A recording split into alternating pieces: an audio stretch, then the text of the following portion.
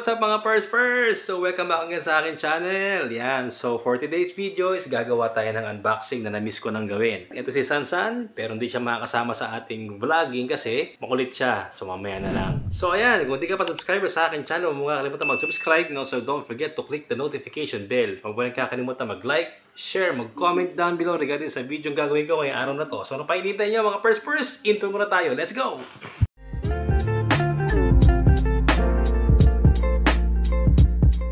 So ngayong araw na to, gaya na sabi ko sa inyo mga Pers, meron tayong isang gadget or gamit natin sa pagbabloging na nabili natin. So ngayon, papakita ko sa inyo kung yung nabili ko. Walang iba kung hindi ang isang wireless microphone. So itong microphone na to, maraming may gusto nito at maraming nauusong ganito ngayon. Dahil ang quality ng mga audio ngayon, mas maganda kung gagamit ka ng wireless microphone. Mas ahead ito dun sa mga kumparang gamit nating microphone na may cable at yung mga boom mic. So ito, mas maganda kasi may range na o layo ng distansya doon sa iyong camera kung ikaw ay nagbabloging at also nag-i-interview ka. I-unbox na natin ito at papakita ko sa inyo kung ano ang laman nitong ating bagong wireless microphone. Let's go! A few inches later. So ito na yung box natin mga Pers, yung ating wireless microphone. So bago ko i-unbox ito at bago pakita sa inyo yung laman, disclaimer lang na hindi tayo sponsored nitong ating dinidiscuss o yung ating nire-review ngayon ng wireless microphone. So ibig sabihin, sariling pera ko pinambili ko in order for me to purchase this. So anything na sasabihin kong review, yung aking verdict regarding dito sa microphone na to after nating i-review, fair and square at walang bias yan.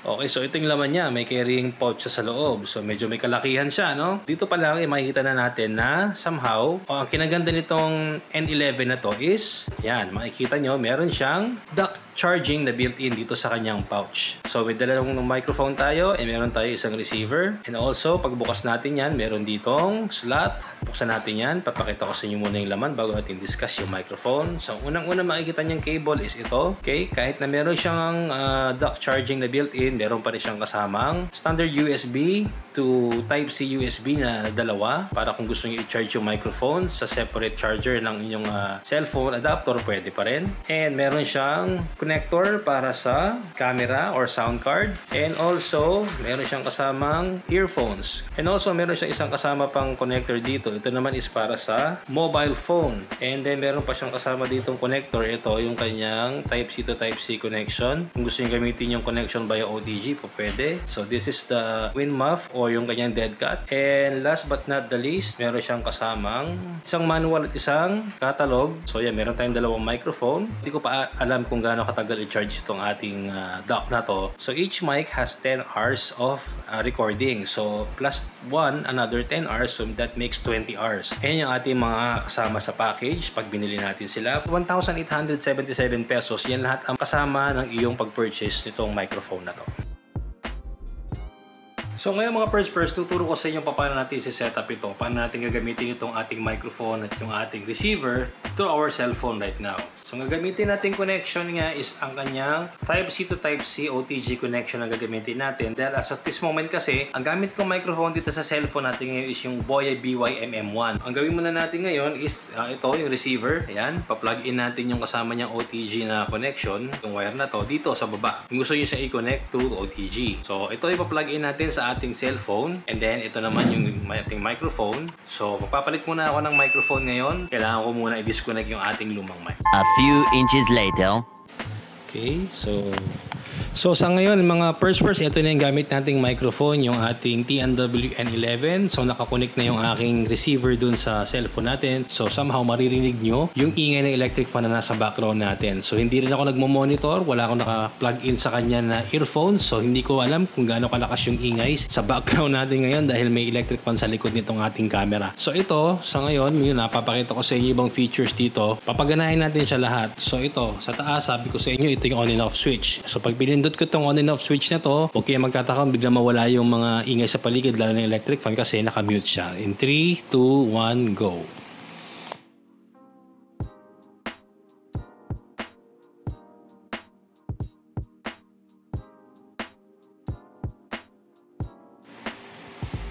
Okay, so ayan, natanggal or nawala yung voice natin kasi naka-mute siya. So ayan.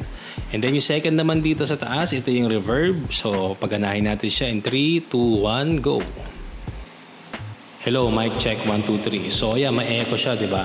So ito yung sinasabi ko sa inyo na yung N9, inadapt pa rin yung kanyang reverb or echo option dito sa N11. So ayan, kung ano yung nandito sa gilid na to is nandun, same thing dun sa isang microphone na naunang model nitong ating TNW. So ayan, papatayin na natin siya. Medyo nakakailang eh. Okay. So ito naman, yung third naman na button na to is para sa noise cancellation. So kahit wala tayong dead cat, papansin niyo may electric fan ako sa likod ng camera, maingay, so maririnig nyo. So ngayon hindi nyo na maririnig, boses ko na lang in 3, 2, 1. Okay, so ngayon malinis na yung ating microphone. So hindi na siya nakaka-pick up ng ingay.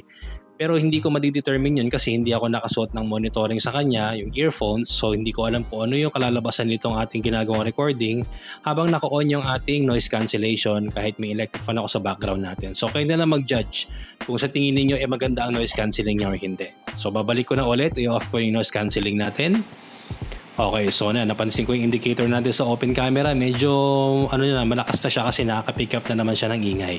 Okay, yung last naman na button dito, hindi ko may demo sa inyo kasi wala akong isang phone na pwede siyang i-connect. So ngayon sa outdoor naman tayo, check natin naman kung ano yung capability nitong microphone natin na to. Kung yung sa tingin natin pag nasa labas na tayo ng bahay, nasa kalsada tayo, sa public road o may maingay man, tingnan natin kung hanggang saan yung kaya nitong microphone na to. Especially gagawin nating testing dito yung kanyang range of distance, yung 50 meters away. Tingnan natin kung within that 50 meters ba walang magiging issue regarding sa ating boses and also dun sa range na signal hindi magkakaroon ng interruption. Try din nating lumayo ng konti. Subukan natin na going beyond 50 meters yung ating gagawing testing just to make sure to see if ito nga microphone na to can surpass the 50 meters na sinasabi nila. And also, ang gagawin din nating testing dito sa microphone na to is yung kanyang noise cancelling, kung gaano ba kaganda noise cancelling ito once nasa outdoor na tayo, nasa labas tayo. So tara mga pers, gawin natin sa labas ito ngayon. A few moments later. Okay, so mga pers, dito tayo sa labas ng bahay. So narinig nyo, nasa labas tayo maingay, di ba? So wala akong nilalagay na dead cat dito. Anyway, itong gagawin natin na to is gagawa tayo ng simulation dun sa range ng ating microphone. Gaano kalayo ba yung kaya niyang o yung capability ng kanyang transmission ng signal kung merong interruption. So meron tayong cellphone dito. Ayan, nakapin na ako dyan. So ito is i-measure natin yung by meters kung gaano kalayo aabutin natin. And then meron tayong radyo dito. Sasabihan tayo ni Kuya Ayan na nakamonitor doon sa ating receiver na naririnig yung boses ko. So any kind of interruption or pag nawalan tayo ng signal, sasabihin niya sa atin kung hanggang saan na lang yung ating hanggang saan yung nagkaroon tayo ng clear voice, and then siya na bahala magsabi sa atin. So ayan, atras na ako ngayon. Tatalikod ako sa ating sa ating receiver. So makikita ninyo, ayan. Medyo may delay ng konti kasi via GPS yung ginagamit natin, medyo maulap ngayon, so baka hindi ito maging accurate, but still ito is lang naman to, simulation lang naman kung gaano kalayo yung kaya nitong microphone. So kamusta yung audio natin yan?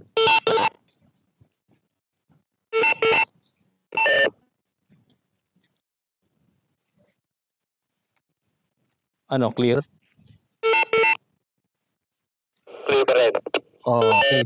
So clear daw tayo, atras pa rin ako. So hindi ko pa rin to hindi ko pa isa-set yung range natin hanggat hindi tayo nakakatanggap ng any kind of interruption sa kanya sa nakamonitor doon sa receiver natin. So nagka-choppy ba ako diyan? Hindi naman, malinaw. Okay, narinig nyo, diba? Sabi niya malinaw daw. Okay, so malinaw tayo. Atras pa tayo ng konti. Okay, kamusta? Okay, meron pa. Meron pa? Malakas? Loud and clear. Okay, so loud and clear. So diretso pa rin tayo, atras pa rin tayo. Hanggang saan tayo aabutin ito, yun yung gagawin nating maximum test ng ating ginagawa.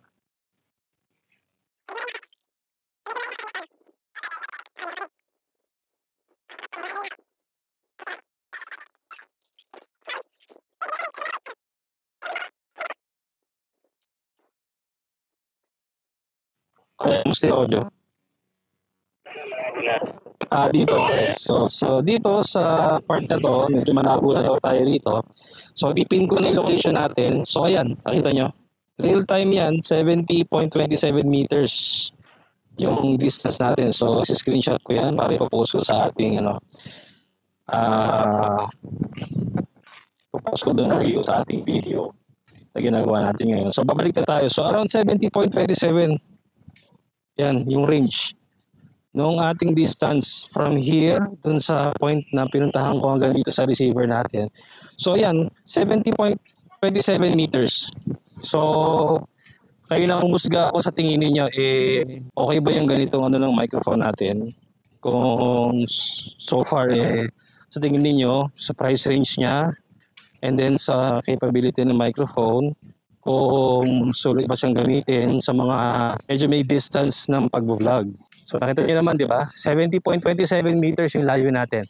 So yan, kaya sabi ko sa inyo mga pers. So what you think dito sa ating microphone na to? Would you think na okay ba siya? Sulit ba siya? Abangan niyo yung susunod nating clip regarding naman sa pros and cons. Sasabihin ko sa inyo kung ano ba yung napansin ko na okay sa microphone na to. Gamit natin ngayon na TNW N11. So tara.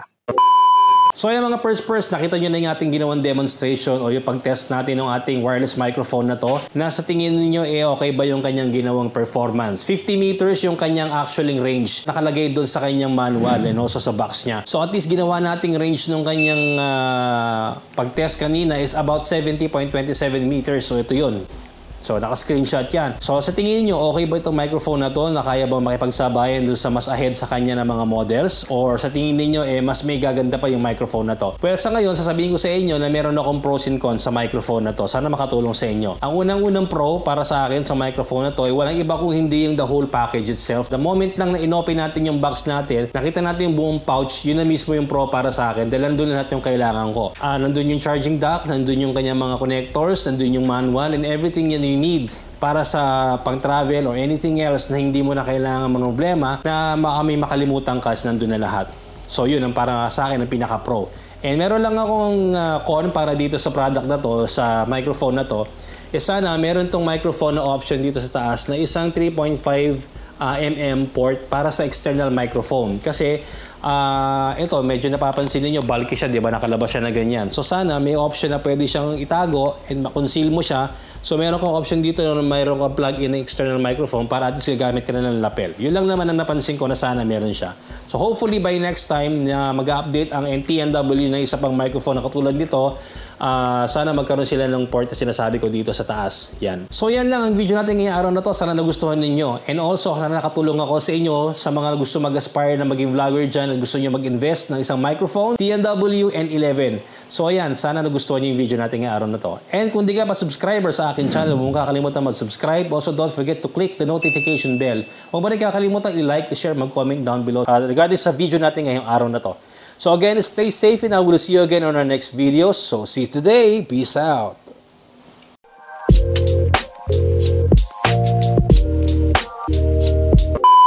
And yeah, what's up? Welcome back again sa aking channel, mga Pers. So very special today ang araw na ito. Today ang araw na. So very special ang araw ngayon. So very special. Cat.